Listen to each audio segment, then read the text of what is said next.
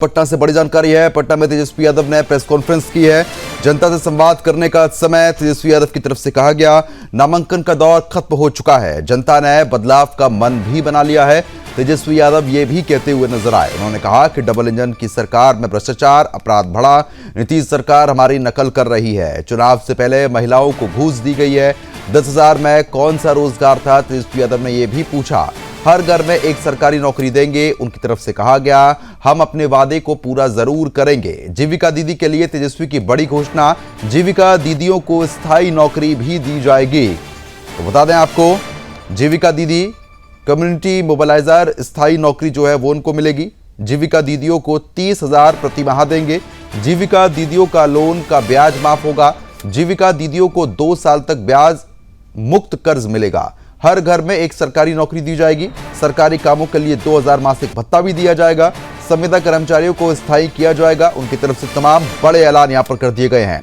संविदा कर्मचारियों का शोषण हो रहा है, तेजस्वी यादव की तरफ से इस बात का भी जिक्र किया गया है, क्योंकि जिस तरीके से कुछ देर पहले उनकी तरफ से प्रेस कॉन्फ्रेंस की गई थी और बड़े ऐलान उनकी तरफ से यहां पर किए गए हैं। तो जीविका दीदियों को भी बड़ी सौगात जो है वो देने की बात कर रहे हैं और साथ ही साथ सरकारी नौकरी देने का भी ऐलान जो है वो उनकी तरफ से यहाँ पर किया गया है। हर घर में एक सरकारी नौकरी देंगे, तेजस्वी यादव की तरफ से ये बहुत बड़ी बात कही गई है, क्योंकि अब चुनाव बेहद नजदीक और ऐसे में प्रेस कॉन्फ्रेंस करके ये बड़ी घोषणा तेजस्वी यादव की तरफ से यहाँ पर की गई है। उन्होंने कहा कि नामांकन का दौर खत्म हो चुका है, समय कम है, जनता से लगातार संवाद करना है हमको। जनता ने बदलाव का भी इस बार मन बना लिया है।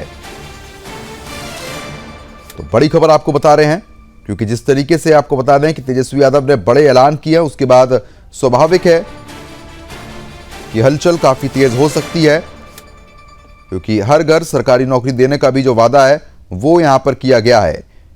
तेजस्वी यादव ने प्रेस कॉन्फ्रेंस में कई चुनावी ऐलान किए। उन्होंने जीविका दीदियों को 30,000 रुपए वेतन और सरकारी कर्मचारी दर्जा देने, हर घर नौकरी और महिलाओं को दी जाने वाली 10,000 रुपए की राशि लौटाने का वादा किया। उन्होंने मौजूदा सरकार पर भ्रष्टाचार और नकल का भी आरोप जो है वो यहां पर लगा दिया है। तो आपको ये भी बताते चलें कि बड़े ऐलान जो है उनकी तरफ से यहां पर हुए हैं। तो इस वक्त की महत्वपूर्ण जानकारी आपको बता रहे हैं। उन्होंने आगे ये भी कहा कि महिलाओं को 10,000 रुपए रिश्वत के तौर पर देने का काम किया गया था, जिसे ये सरकार वापस कराएगी। तेजस्वी यादव ने कहा कि उन्होंने हर घर नौकरी का ऐलान किया था, आज इसके बारे में एक ऐतिहासिक घोषणा करने जा रहे हैं। तेजस्वी यादव ने मौजूदा सरकार पर गुस्सा निकाला। डबल इंजन की सरकार में भ्रष्टाचार और अपराध है, ये बात कही।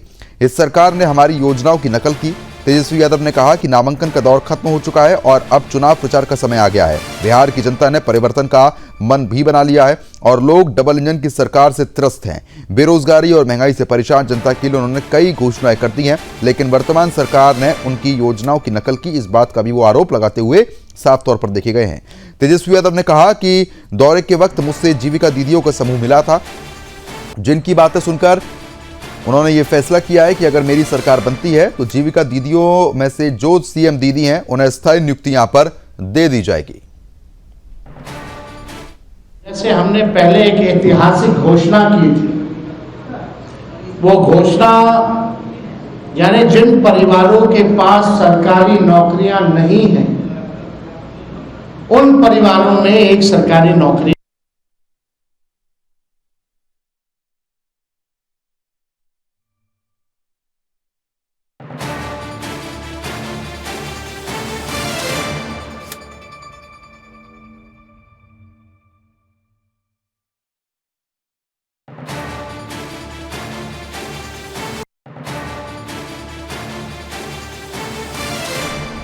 तो फिलहाल आपको बता दें कि पटना में तेजस्वी यादव ने प्रेस कॉन्फ्रेंस की, जिसमें कई बड़े ऐलान जो है वो उनकी तरफ से यहाँ पर किए गए हैं।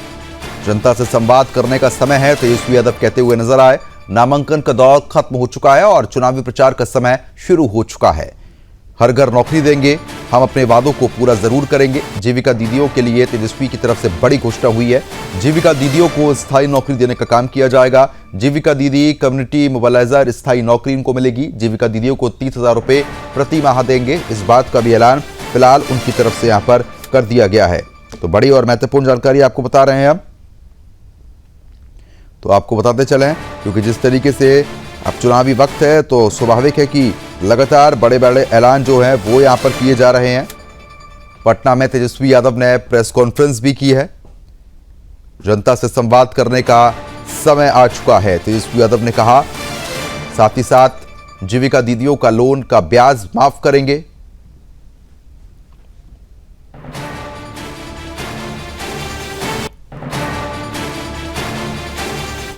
तो आगे बढ़ लेते हैं। दो खास मेहमान हमारे साथ जुड़ चुके हैं, उनका भी रुख करेंगे और उनसे जानने की कोशिश करेंगे कि जिस तरीके से बड़े बड़े ऐलान हो रहे हैं, आखिरकार उसका नतीजा क्या कुछ निकल सकता है। दो खास मेहमान हमारे साथ यहां पर लगातार बने हुए हैं। सैफ अली खान हमारे साथ लगातार जुड़े हुए हैं, आपका बहुत बहुत स्वागत है। एक और खास मेहमान जो है वो हमारे साथ लगातार बने हुए हैं और न्यूज रूम से भी हमारे वरिष्ठ सहयोगी कृष्णकांत उपाध्याय जी भी लगातार हमारे साथ बने हुए हैं। सैफ अली जी, सबसे पहले आप ही के पास आऊंगा, क्योंकि जिस तरीके से बड़े बड़े ऐलान जो है वो यहाँ पर किए गए हैं, सरकारी नौकरी देने का वादा, साथ ही साथ जीविका दीदियों को भी अब लगातार बड़ी सौगात देने का ऐलान कर दिया गया है, किस तरीके से आप देख रहे हैं? हमारे प्रदेश में करीब 2005 से पहले चुनाव में नीतीश कुमार जी ने वादा किया था, इस प्रदेश से पलायन रोक दूंगा, बेरोजगारी खत्म कर दूंगा, अपराध मुक्त हो जाएगा। अपराध के डाटे पे हम बहुत ऊपर पहुंच गए हैं, हम दूसरे तीसरे स्थान पे हैं, जो 17वें स्थान पे कभी एनसीआरबी का डाटा हमारे पास मौजूद था। और अब जो हमारे ऊपर ये क्वेश्चन किया जा रहा है कि 3.5 करोड़ परिवार है, जिसमें हर परिवार को हम नौकरी कैसे दे पाएंगे। तो हमने कहा ये गाना पहले आपने करके बीए पास बा बकरी चरावत था, तो बीए पास करके जिन परिवार जो बकरी चरा रहे थे, जो लोग पढ़े लिखे लोग इस प्रदेश में 20 साल की नीतीश कुमार की सरकार में, तो कम से कम जिन परिवारों में ग्रेजुएट लोग हैं और उनको नौकरी नहीं मिली है अभी तक सरकारी नौकरी, हम हर परिवार में जहां कोई नौकरी नहीं मिली है अभी तक, उनके लिए एक साल में नहीं, एक पहले एप्लीकेशन में नहीं, पहले कैबिनेट में नहीं, इस बार हम वादा कर रहे हैं आने वाले 5 सालों में कोई ऐसा परिवार नहीं होगा जिसमें पढ़े लिखे लोग हैं और वो सरकारी नौकरी में नहीं हो। अनुबंध का सिस्टम जो किया जा रहा है हर जगह, उसको हम खत्म करेंगे और सब लोगों को एक अच्छी नौकरी देंगे। उसके लिए हमें जो भी करना पड़े प्रदेश के लिए हमें करना होगा। एक नई विजन लेके हम आए हैं। ऐसा नहीं नीतीश कुमार का जो 4 लाख करोड़ का अभी तक का कर्जा हमारे बिहार पे आया है, उसमें 3 लाख करोड़ ऐसे एस्टीमेट बनाए गए रोड के, पुल के, पुलियों के, अगर उनकी फिर से जांच हो जाए तो 90% ठेकेदार और इंजीनियर जेल में होंगे। इस प्रदेश पे 20 सालों में उन्होंने 4 लाख का कर्जा लाया और जो पलायन 2005 तक 50 से 60 लाख लोगों का पलायन था, वो 5 से 6 गुना बढ़ के 3.5 करोड़ लोगों का पलायन इस प्रदेश से हुआ है। उसका जवाब भी नीतीश कुमार जी को देना पड़ेगा कि 20 सालों में उन्होंने रोजगार के साधन क्यों नहीं पैदा किए।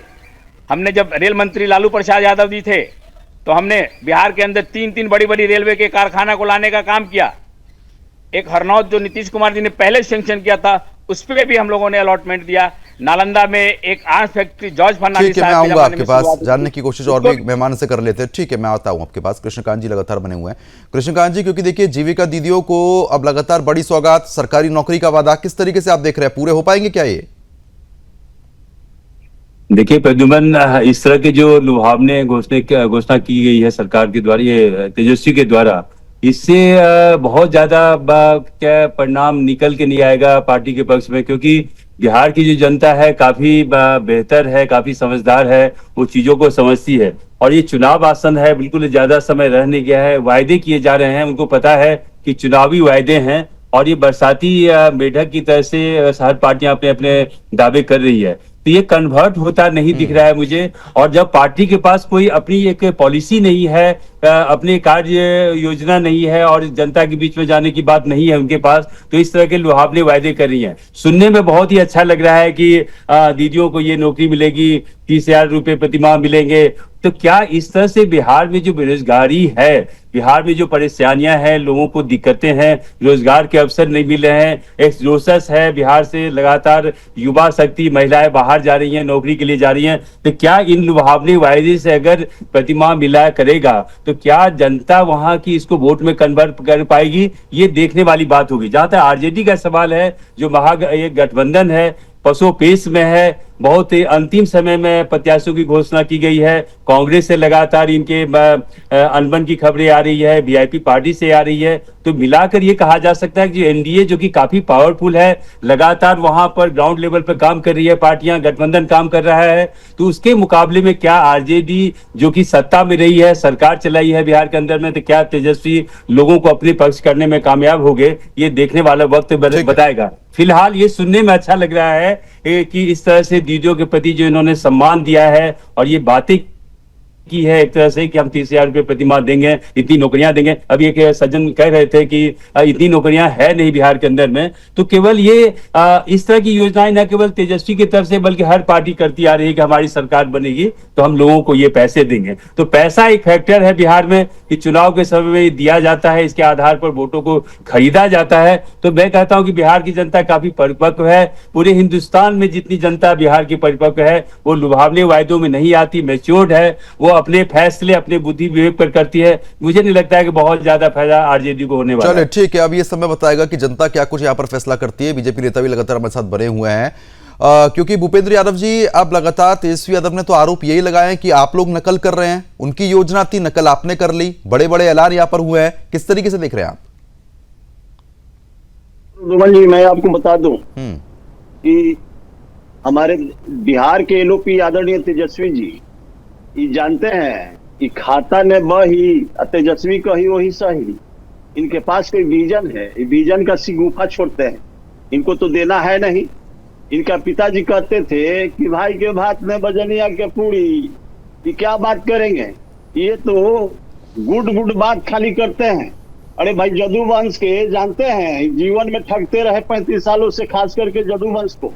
ये 960 करोड़ का हमारा गौ माता का, मैं भी जदुवंश से आता हूँ प्रदुमन जी, 960 करोड़ का ही तो चारा खा गए। तो इनको अब सुन लीजिए, जॉब फॉर लैंड में भी जो है ना पैसा पूरे जदुवंश का जमीन लिखवा लिए। यहाँ तक कि रावरी देवी जी का जो आंटी जी थी उनकी जमीन जो है ना लिखवा लिया गया। तो ये लोग ने भाई भू माफिया, जमीन माफिया हो गया है। ये लोग जब शासन में आएगा कि नहीं तो देश के रिसोर्स को लूटना स्टार्ट कर देता है।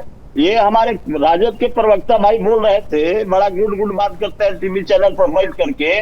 मैं इनसे जानना चाहता हूं कि 15 साल का इनका माता पिताजी का शासन था, क्या हुआ? पूरे बिहार में जो है ना धधकता बिहार, 118 जातीय नशाहार किए गए। तो ये सब लालू प्रसाद जी का जो है ना फितरत में है मेरे भाई।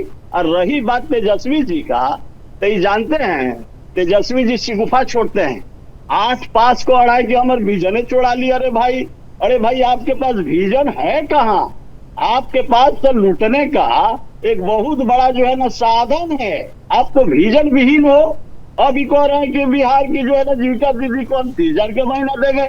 ये बताइए ना, ये जो RICTC में जो घोटाला किए हैं, ये जो है जानते हैं, ये सगुना में बेली रोड पर सुजाता होटल के मालिक से 7.5 बीघा जमीन लिए हैं, 5 करोड़ रुपए कट्ठा वाला, उस पर। ठीक है, लेकिन आप एक चीज ये बताइए ना, जीविका दीदियों को भी लोन का ब्याज माफ करने का ऐलान हुआ है, 30,000 रुपए प्रति माह यहाँ पर दिया जाएगा। ये कैसे सब कुछ पूरा होगा?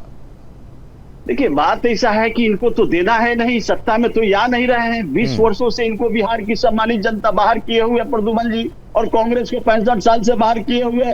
तो अब देख रहा है लोग कि अरे भाई ये सारी भ्रष्टाचारियों का आपस में सिर्फ कुटौवन चल रहा है। ठीक है सैफ अली खान जी, अब देखिए लगातार बीजेपी प्रवक्ता भी यही कह रहे हैं कि आपको देना है नहीं, सिर्फ और सिर्फ आप लोगों ने बड़ी बड़ी बातें कर दी है, उसका परिणाम कुछ नहीं निकलेगा। लेकिन बड़ा सवाल यह भी है कि जब बिहार में इतनी नौकरियां है ही नहीं, तो हर परिवार से किसी एक शख्स को सरकारी नौकरी आप कैसे दे पाएंगे?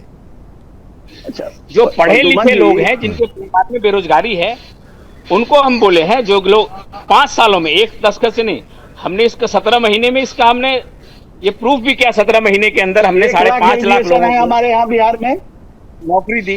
और जो लोग थे उनको भी हम लोगों ने फुल पे स्केल पे देने का काम किया। सैफ अली खान जी, अगर आपने पे स्केल पर देने का काम किया होता तो बिहार से इतना पलायन होता? बिहार का आदमी उत्तर प्रदेश, मध्य प्रदेश, महाराष्ट्र क्यों जाता है? नौकरियां अच्छा देने का वादा कर रहे थे।